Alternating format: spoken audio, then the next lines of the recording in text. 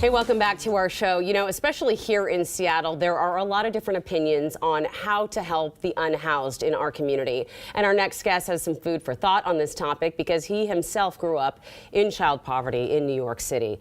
David Ambroz has written a memoir called A Place Called Home, and he joins me now on the couch this morning. Thank you for being here. Thank you so much. It's really exciting to be talking to you about this topic. So let's talk about the title, A Place Called Home. What does it mean to you? My family grew up homeless. I was born into the streets of Manhattan, and for 12 years we wandered. My brother, sister, and my mentally ill mom, people walked past us, ignored us, we starved, we bathed in public restrooms. And I thought what I was looking for was a building with 4 walls and a roof. Yeah. And ultimately what I realized was the place called home was the mission I have to lift up kids like me out of poverty, however it's manifesting. And that's the home that I call today. Okay, that's so beautiful, and it's so true, because a place can just be 4 walls, but if you don't have that safety inside and that feeling of a child having security, what does it mean? Would you share some of your early life and your relationship with your mom if you're comfortable? Absolutely. So New York City in the 80s, as some might remember, was not exactly a destination folks went to.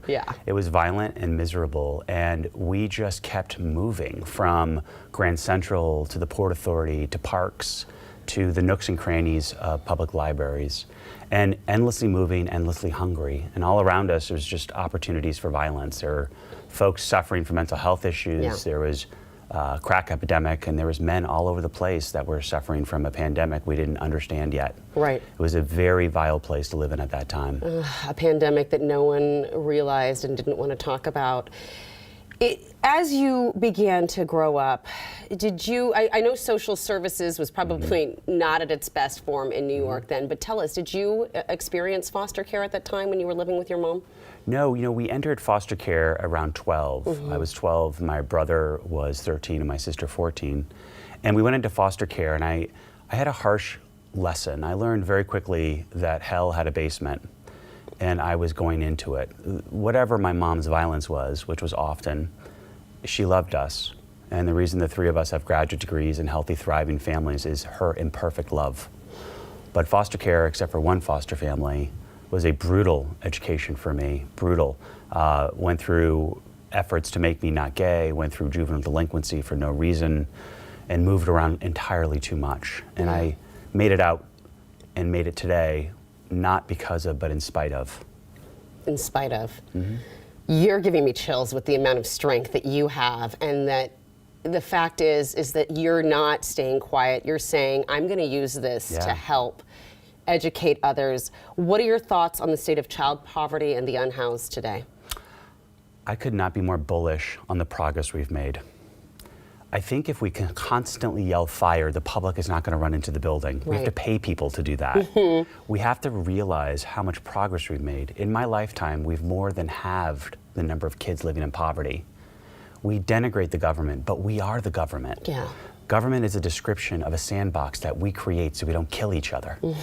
We can lift kids up. We've done it. I constantly think about the time in our country when we sent a person to the moon, and now we're proud when we fill a pothole. We need a moonshot to finish the work around child poverty. Not since 1999 have we talked about child poverty in a presidential debate. We talk about coal miners, which we should, but what about the millions of kids that need us to talk about them? We're doing the work. We need to work harder. We need to work faster. And that's why I'm telling my story. What do we need to do to start entering this back into the political conversations, into the conversations of our lawmakers and those we elect? First and foremost is we need to reignite the belief that we can do something. Folks walk around, we walk past a homeless person, and the thought we have in that moment is, I can't because, and then we stop.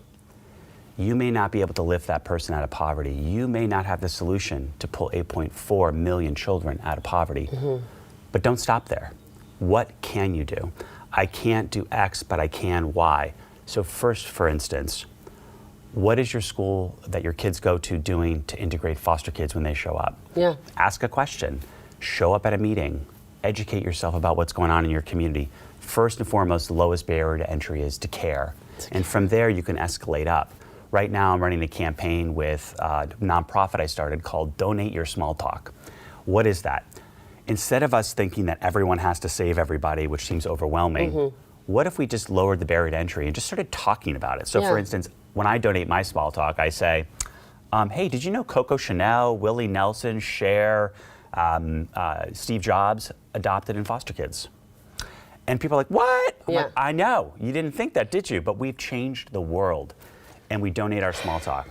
Start from there and work your way up. Oh my gosh, you've inspired me so much today. Thank you for sharing your book, your story. You still see your mom? I take care of my mom. I'm one of her caregivers, and I'm very proud of that. I'm sure she's very proud of you. Thank you. Thank you so much. All right. Don't forget, David is holding an author event tonight, Thursday, December 1st, at Elliott Bay Book Company on Capitol Hill.